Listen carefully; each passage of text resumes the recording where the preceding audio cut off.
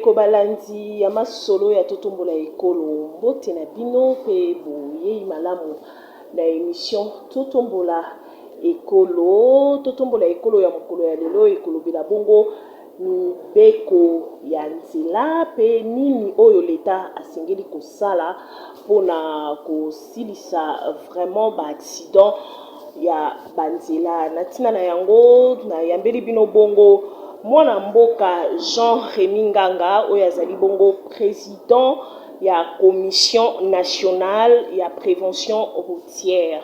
Mbote ndeko Jean-Rémy Nganga. Mbote ndeko journaliste. Mbala liboso ya koyamba yo na émission totombola ekolo boye malamu. Merci. Tongaki toyeba mission ya CNPR ezani ndeko journaliste Madame Neige na sepeli mingi na ndenge bo invité ngai au émission oyo mingi penza pona bolobeleli makambo matali prévention et sécurité routière kasi osili koloba pona bayebingate nazali bongo mokambi ya commission nationale de prévention routière autobengi en sigle CNPR et kasi otuni motuna ezana bozindo nini to yango nini CNPR CNPR auto abrégé tout ce qui toujours na molongo mobimba commission nationale de prévention routière ezali boko structure oyo ezwami pembeni ya ministère ya transport et voies de communication pe kambami na excellence maître Didier Manzenga Mukanzu yango etali makambo oyo ya ba accident pe mingi biso tozali ko proposer gouvernement ya république dans son ensemble makamatali prévention et sécurité routière. Tala wana ezali mission globale. Kasi ezali pe na ba mission spécifique. Et parmi ba mission spécifique tokotala bongo makamatali sensibilisation ya ba usager ya nzela. Kasi mingi tango tolobaka ba usager bato bayebaka te. Usager ezali moto azali kokumba motuka usager ezali moto azali kokumba tukutuku otobengi na langage vulgaire ya Kinshasa wewa usager ezali moto azali kobenda otobengi yango tireur de chariot ba pousse-pousseur usager ezali moto azali kokumba vélo usager ezali yo pe moto ya makolo pe usager ezali personne vivant avec handicap ou bien personne vulnérable tala wana balolenge ya ba usager ya nzela kasi biso pe boko mambe tali biso tozali pona ko sensibiliser ba usager à travers to benyango campagne de civisme routier. Ne pona nini campagne de civisme routier Zambi mingi biso penza etali makambo to lobiango la pédagogie to kotali saka bato boni bakeba na makama manzela. Mais avant tout kota na likambo ya campagne ya sensibilisation plutôt nalingaki oyebisa ba imboka o bazolanda biso est-ce que Saint-Père lelo oyo azala ba statistique ya ba cas accident na mboka et tout à fait ndeko Madame Neige Zambi na bandaki ko limbolela pe na lingana ko mawana poito nazali na étape ya ba mission spécifique na lobby parmi ba mission spécifique etal makambo ya sensibilisation autobengango campagne de civisme routier yami balipe ezali na ba collecte de données statistiques to kendaka pe bipa e biso pona kozwa ba statistique ya makama o esalemi o balabala et puis mususu to sala rapé o parmi ba mission na biso to bengango balisage to inspection routière to kotalaka boni ko implanter ba panneau de signalisation pe kotala ba panneau o ezali endommagé na makama po ete ba chauffeur mususu batambolaka nyamu okomona atuti panneau kasi pona kozonga na mwa sima na motuna otuni il y a solo penza ndeko Madame Neige ba statistique ezali soko lingi to pesa ba statistique wana tokozonga penza o oui tokozonga mobu oyo eleki il y a 2019 parce que mobu ya 2020 tozali au étape ya collecte des données kasi mingi penza pona mobu oyo eleki ya 2019 makama maso masali maka ezali na mutu ya oyo tobengi yango na lopoto 1152 cas d'accident. Sur 1152 cas d'accident, et toujours maki bongo na bato bawaki au mutuya il y a 364 décès. Et puis na katuana toujours ki balolenge bamibali bakufaki combien, basi bakufaki pe combien. Toujours mis sous na o to benyango le blessé grave parce que na makama mingi bato bawaka elongo mokote.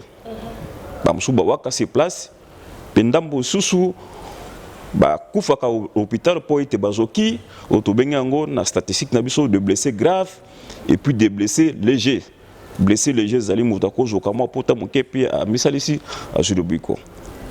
Tala na kopesa ba statistique na ndenge tozo sur la boyer tina fait émission na kopesa ba ntango wana po ete bato baso solo yango po ete mbaya na mbala toujours ba ete makama manzela to makama mabalabala oya mituka ezoboma koleka ba bukono moto akoyi kobela bukono a misalisi pe azulubiko kasi o makama mamutuka te mituka ezali koboma bato lolenge na lelenge pe moi na butu. Chiffre oyo pesi ya 1152 cas. Eza ya année oyo eleki oyo touti aussi c'est 2020. 2019 na 2020 to ya baka accident et bakisami to pe ekiti. Bon wana tozali oyo tobengango statistique à mi-parcours. Zambi to collectaka ba statistique au suka ya mobu. Kasi to comme na 2021, c'est-à-dire que ba statistique ya 2020 ezali en cours. Nano to sangisi ba chiffre wana sote na kokoka kopesa ngote Zambi ezali au étape ya collecte au to bengango à mi-parcours, statistique à mi-parcours. Bongo soki koya peut-être si ma sanza moko, je pense au Kojoa, statistique nyonso ya makama o esami au mobu 2020. Mais déjà na koye bisana moi mukuse que déjà ba chiffre o tozali ko collecter Madame Neige mobu ya 2020 makama masami koleka au mobu 2021. Déjà à mi-parcours tous un chiffre où ils allaient trop élevé les colo penza mais kasi na vraiment na sincérité surtout na kopé sangote na kobanza été ce qui te collecter ba donner nyonso et puis te contre vérifier bongo to kopé sango pour être tous là vraiment trop sincère et pas il y a ba exagérer na biso yanzela. Mais est-ce que koki ko sala moi statistique ya par mois te net na ville à Kinshasa na mois moko bosora baka boni ya accident. Bon, ce qui est vrai pour collecter les statistiques selon les trimestres. C'est chaque trimestre, c'est-à-dire que sans amis ça tourne to collecter les statistiques. Après 3 mois. Après 3 mois. Mais au etikali ezali ya sanza ya zomi, sanza zomi na moko, puis sanza zomi na mibale au mobu 2020. Talatina wana na lobite tozali au étape ya collecte donc etika bobele ya sanza misato oyo ya 2020 c'est-à-dire que na sanza ya zomi na moko pe zomi na mibale tokosangisa ba statistique nyonso puis tokopesa ba exagérer na biso to ba konzi ya mboka po ba ete makama ezali koboma pe ezali koboma penza. Olobi oso ko insister makama ezali koboma penza. Mais ezape na ba makama mususu esali maka oyo yebanaka te. Est-ce que bosalaka plutôt ndenge nini pona koyeba ete likama esalemi place boye? Merci madame. Mutuna eza na bozindo mingi. Na lingi na rappeler bato ete secteur ya sécurité routière ezali na ba oto bengi yango. C'est un domaine multisectoriel. Non seulement le ministère de Transport et de Communication, mais les ministères sous ou y accompagne Kabiso, ou y a madame. Toujours net ministère de la Santé, toujours ministère de l'Intérieur, et puis toujours le ministère de l'infrastructure. Ce sont les trois ministères clés où ils allaient kamba biso, où ils allaient accompagner biso au mosala mo biso tozali kosala. Pona ni natangi ba ministère ça tona ya liboso ministère intérieur tango likama esale maka to komaka sur place. To ibete awa makama salemi bato ba oui combien. Et ce qui wana te to kendaka ti et pas na ba ndeko na biso ya to bengi bango police de circulation routière. Pour être bango bayaka kosala constat basali koki ndi ba pesa kabiso que effectivement mutu ya o bato bakufi ezali boye. Kasi tala ba ba joaki makama ba chemini bango na ba hôpitaux songolo pakala. Ndeto landaka lisusu tina hôpitaux wana mo siko to côté na rôle ya ministère de la santé. Le ministère de la santé pe kuna ezali na département oyo ya soins ba ko yebisa sote to yambi bato autant. Mais parmi les blessés, ceux qui ont zomi, non, non, tomi sa, tomi nemita, no ba wey, o batikali yango. Na kopé sandakisa. Mokolo ya lundi, likama moko li salimaki au boulevard Lumumba. Bato ba wakite, kasi bato bazokaki grave. Mingi nazana bilili et puis tolandi bango ti na clinique Bondeko na Saint-Joseph et puis na clinique Mususwana toujours bilili to mone ya solo ete bato bazoki mais tozali kolanda po to ba ete est-ce que bazali kozwa soin approprié est-ce que combien ba oui to combien bazali na bomoi talati na wana ba ministère on attend ezali na mutuya et puis ministère infrastructure yango pe akopaya kabiso o makama tali balabala ba cause mingi ya makama ezali mingi mais mingi o tozali kotala o makama ezali kosalema ya liboso ezali excès de vitesse ya mibale alcool au volant ya misato mauvais dépassement ya minei non-respect, il y a code de la route. Madame Nazali ko insister, le non-respect, il y a code de la route. Et puis il y a mitano, autobéyango ba panne sèche, panne intempestive. Au kuta piné et pasuki nanzela, au kuti to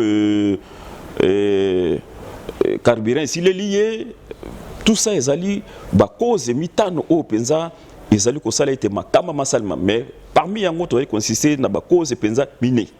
Na tangia liboso excès de vitesse, il y a mis balai alcool au volant, il y a mis sato mauvais dépassement et puis il y a mis nasuka le non-respect du code de la route. Non-respect pourquoi? Parce que comme on était muinda madame neige muinde peli, tous on a qui ça na panneau de signalisation lumineuse avec les trois feux tricolores. Comme on a muinda motani peli et du coup ba été bino bato babane ko ya botele ma ba kuna baleka to bakatsa kasi comme on a chauffeur a brisé tant qu'on a brisé fait sans aye ba été priorité ça a été priorité zo taboyer pour moni collision salmi et botili kama donc tu allais consister na bakumbi mituka bakumbi tukutuku penza basalaka angele ya ko respecter ba panneau de signalisation ndenge elongobani. Mais Saint-Père azali ko sa nini pona kosilisa vraiment indiscipline routière voilà. Mais madame Nassi Kolobayango, à travers des campagnes de sensibilisation, Kalamingi te awa atati sukoso okei, ongambo ya boulevard Lumumba, mingi penzo ongambo ya Pascal, okomona été tout déployé bajan depuis le mois de décembre. Pour être parmi basanza mingi, sanza ya décembre ende zakana makama mingi. Okomona été zali période moko trop turbulente. Ba chauffeur ba wela kanzila il faut basa la course bato wazo kende zando pour kolenge les fêtes ya fait de l'année talatina wana tata mokonzi wazali ko kamba ministère des transports et voies de communication maître de Manzenga alobela ki biso été to mi se déployer pour aider les populations quinoises au makama ya balabala depuis le mois de décembre ya 2020 tilelo bazali au balabala pour être ba réguler circulation et dans l'autre temps ba sensibiliser les usagers de la route comment se comporter dans cela et puis pour la traverser sensibilisation est seulement ndengeni botinda rabatu bakitina balabala pona kolobela batu les kakana télévision pour ça rango ndengeni tout à fait madame les kana télévision ya liboso na koyi kopesa ndakisa Toujours les cas où les médias ndenge RTNC 1, RTNC 2, RTGA. D'ailleurs, thème émission lobby yango. Et tout lobby yango déjà aux médias RTGA na RTNC 2. Mais pas la biso bozo les kate. Nzela pe mibeko. Toto boroloka mibeko nyanzela. Poezali lingala. Okolo banzela pe mibeko et puis mibeko manzela. Mibeko manzela ndenini code de la route. Et puis nzela pe mibeko, c'est-à-dire que aux allées au balabala tout ça mibeko pe nyanzela, c'est-à-dire que tout ça ba panneau de signalisation oyo et tiamiwana. Donc kapa ya liboso tozo salango na média na sikotanga média ya mibale. Na mubu eleki 2020 tout ça lisoki 3 fois campagne de sensibilisation. Ya liboso na sanza ya misato. Tout déployer ba maman to lobé journée de la femme. Il y a mois de mars, non, c'est moi c'est là, tali poutate.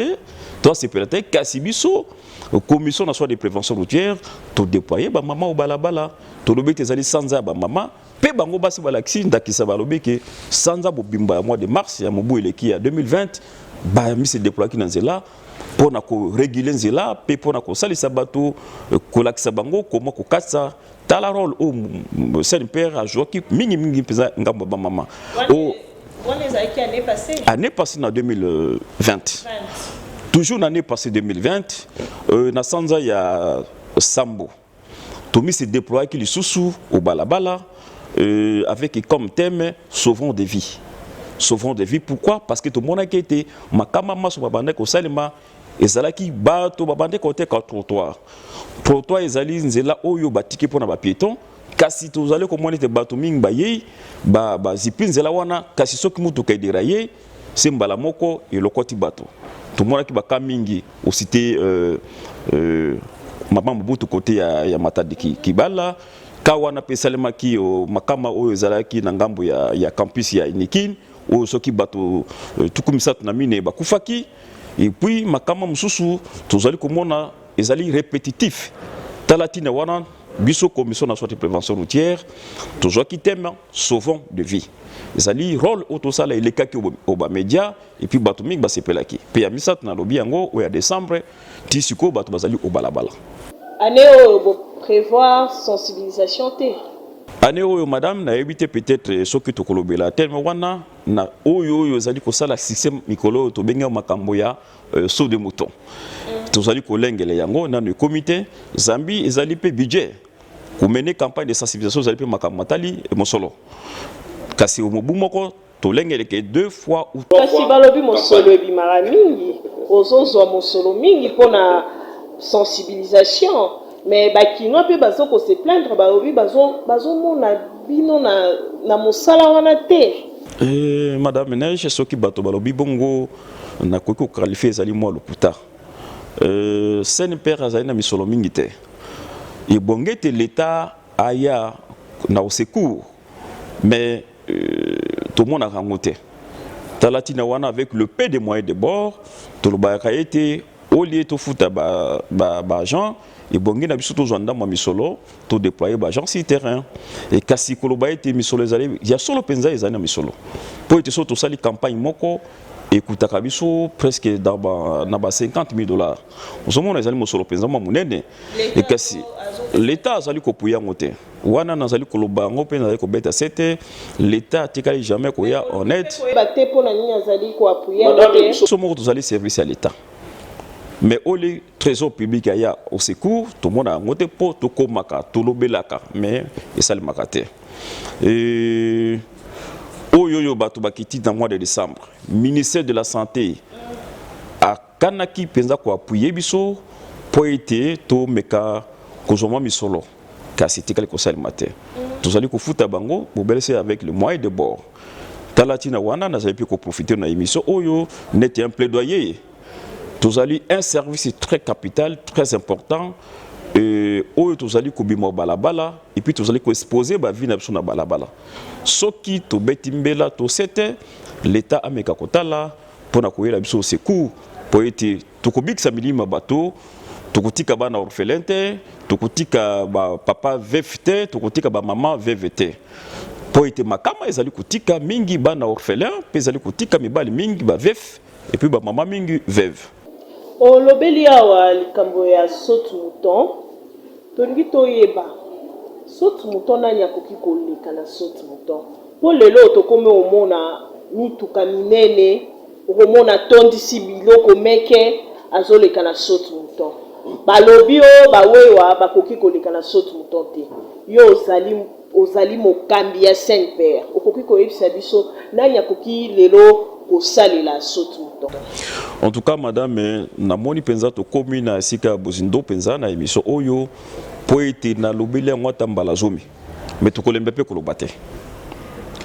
Saut de mouton na lingina lobela batona no biso ba technicien to lobete saut de mouton ezali o to bengi na lolenge mususu na terme viaduc.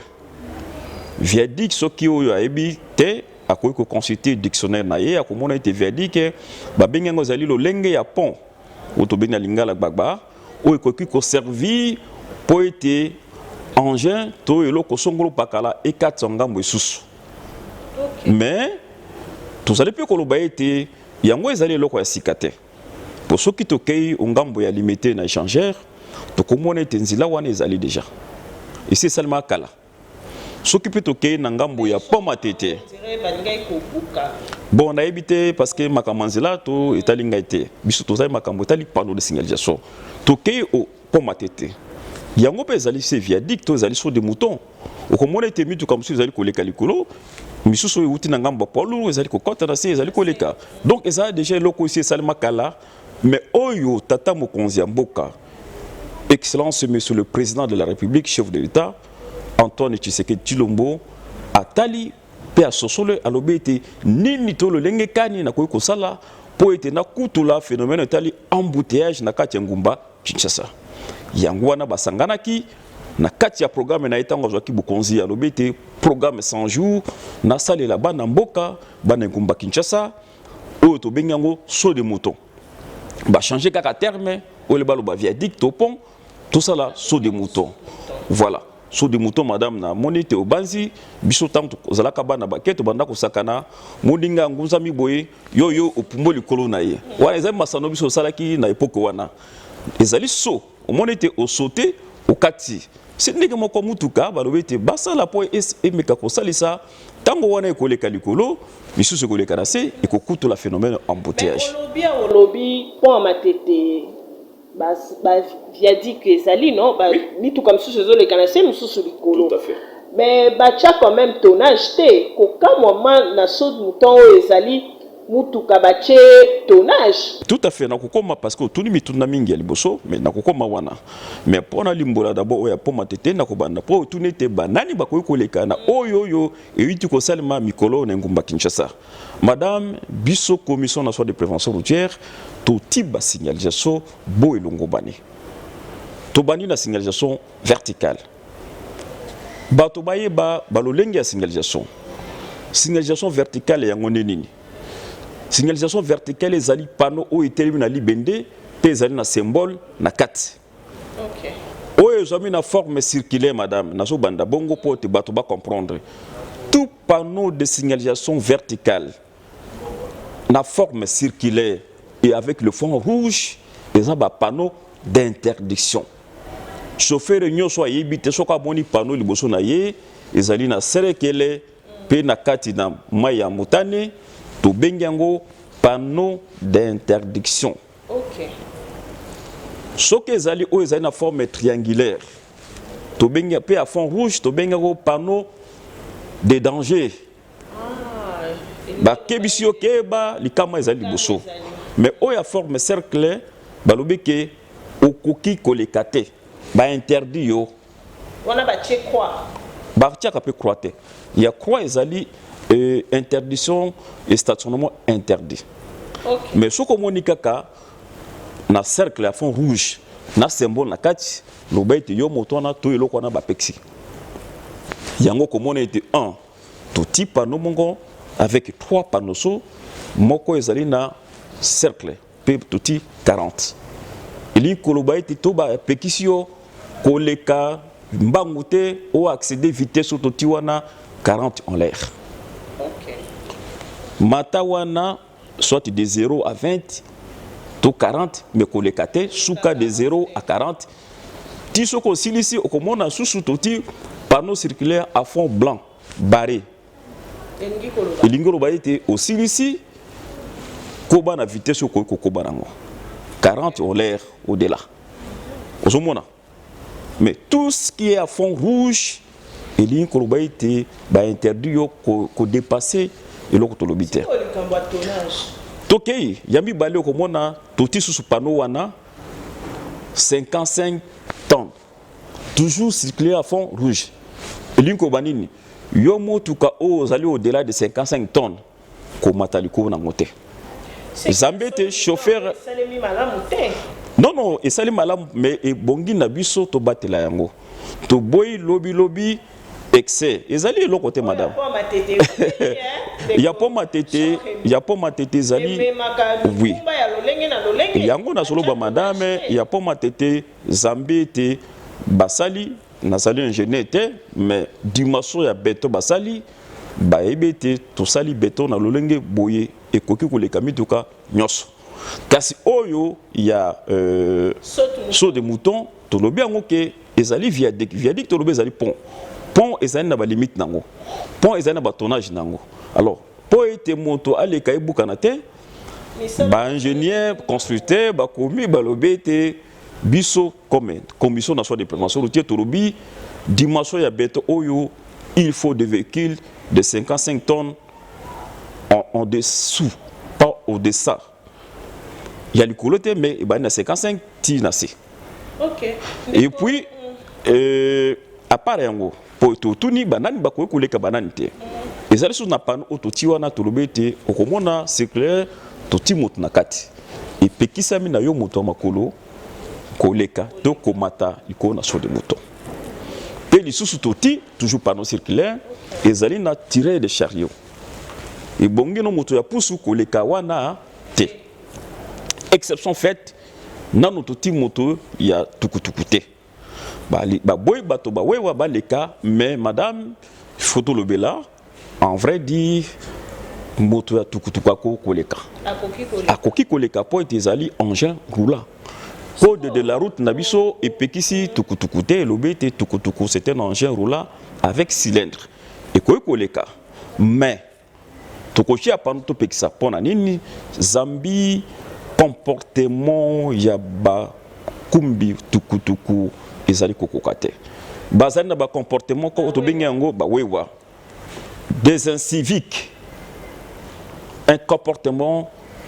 qui ne plaît pas donc il faut topekisa bango azosala politique nini mpona kosilisa civisme wana mais politique madame sensibilisation tozali eloko mosusu te mais ebongi nde parce que nalobaki yango biso tozali na rôle pédagogique ou tozo agir na mo mais na aval ezali na bato basusu oyo bakoki kocontraindre tobengi bango police ou agent de l'ordre police de circulation routière bango nde rôle na bango ezali kocontraindre de toutes les voies possibles mpona kokanga koréprimander que yo osali mbeba boye ebongi na yo ofuta lomande songolo pakala mais wana ezali rôle na biso te bawe wango ebele lelo bazala ba permis de conduire te toyebi na kala penza sen père mutazaka ko livrer ba permis de conduire nini esala ete botika ko livrer ba permis de conduire bon madame nakoki koloba bazali politique ya